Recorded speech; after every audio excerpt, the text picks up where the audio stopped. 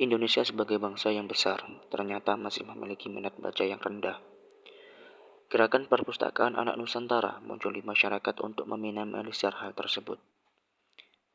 Peran GPAN untuk melestarikan, membumikan, mempertahankan dan menyelamatkan eksistensi Pancasila dapat terwujud melalui pendidikan dan literasi. GPAN berperan dalam meningkatkan literasi anak Indonesia melalui program-program literasi.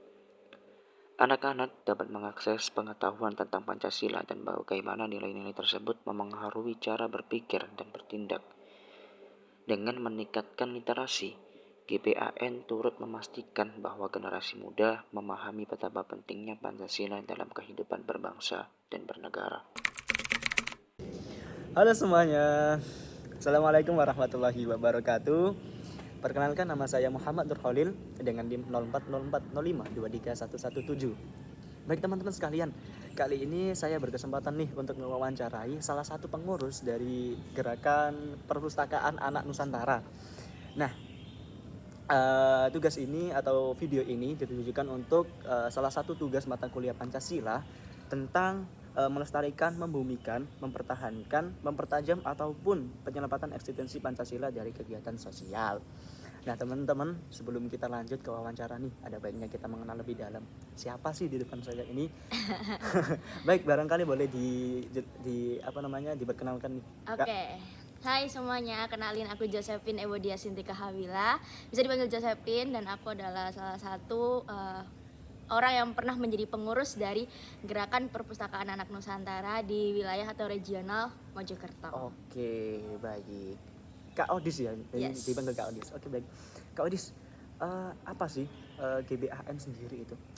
Oke, jadi singkatnya ya GPAN itu Gerakan Perpustakaan Anak Nusantara, di mana gerakan ini adalah salah satu bentuk atau suatu komunitas sosial yang memang fokusnya cenderung di kegiatan literasi. Literasi kan ada banyak ya, ada literasi menulis, membaca, menghitung dan lain sebagainya. Nah, di GPAN ini fokusnya adalah literasi membaca, yang dimana target marketnya atau target pembelajarnya adalah dari anak-anak. Dan GPAN sendiri ini di bawah naungan Aksara Insan Cendekia, yang sebenarnya ada banyak cabang di Indonesia dan salah satunya adalah regional atau kota dan kabupaten Mojokerto, seperti itu. Oh, seperti itu. Jadi fokus utamanya dari GPAN sendiri itu untuk anak-anak kecil gitu ya? Benar, anak-anak di masa sekolah? masa sekolah. Oh, masa sekolah. Benar. Barangkali boleh dicontohin Mbak Odis tentang proyek atau Oke. inisiatif dari GPAN yang telah sukses dalam memajukan literasi, barangkali seperti itu. Oke, jadi di GPAN sendiri ini ada beberapa program kerja yang sudah terlaksana. Seperti contohnya yaitu Lapak Baca. Jadi Lapak Baca. GPAN ini melakukan kunjungan di berbagai daerah-daerah terpencil yang ada di wilayah Mojokerto. Terus di sana kita ada buka perpustakaan keliling, perpustakaan gratis, sehingga anak-anak bisa memanfaatkan buku-buku yang ada di sana. Kita bermain bareng, kita mewarnai bareng. Intinya kita memperkenalkan bahwasanya budaya baca ini tidak hanya budaya untuk kita belajar. Kita menanamkan bahwasanya budaya membaca sebagai budaya untuk bersenang-senang. Jadi sebagai anak kecil yang bisa merasakan hal itu, mereka merasa bahwasanya membaca itu bisa diterima. Membaca itu suatu hal yang mudah dan menyenangkan. Terus ada juga Gema Ramadan, pada waktu itu dilaksanakan pada bulan suci Idul Fitri.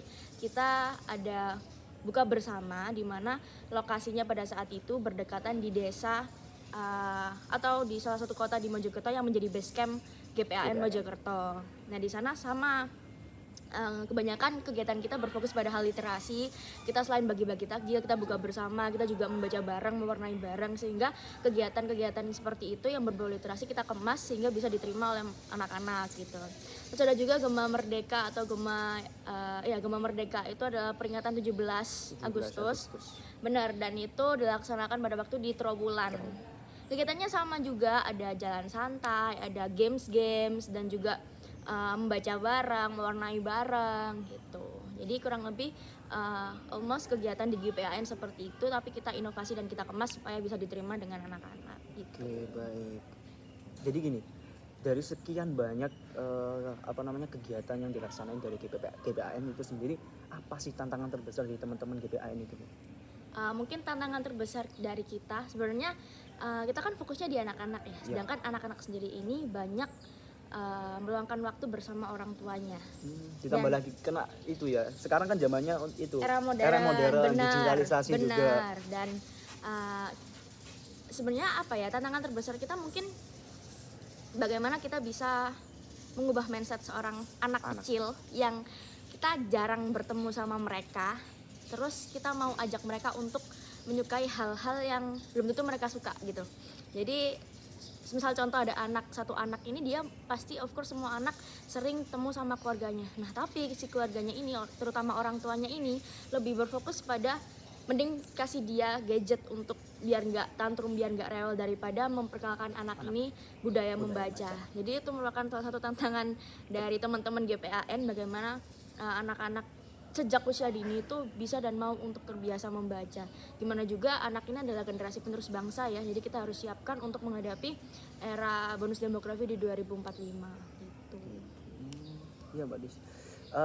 Barangkali nih ada pesan ataupun saran dari Kak Odis ini untuk para pendidik atau orang tua ataupun masyarakat umum nih tentang yang ketika mereka ingin berkontribusi secara lebih di bidang literasi, itu kira-kira apa ya dari saran dari Mbak Odis itu? Kalau saran dari aku, terutama untuk orang tua, dengan memberikan seorang anak itu HP karena kalian sibuk, itu adalah salah satu hal tergampang untuk membunuh karakter anak.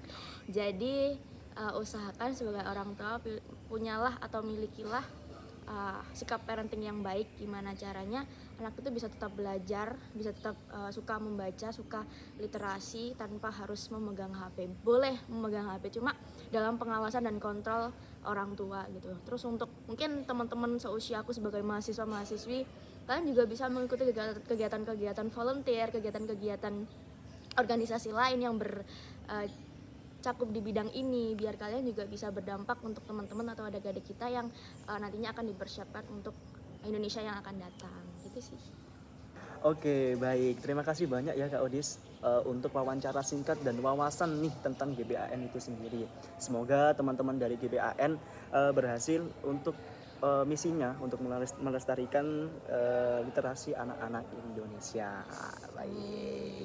Baik teman-teman, itulah tadi wawancara singkat untuk tugas mata kuliah Pancasila kali ini. Terima kasih banyak telah menonton dari awal sampai akhir. Terima kasih banyak. Wassalamualaikum warahmatullahi wabarakatuh. See you.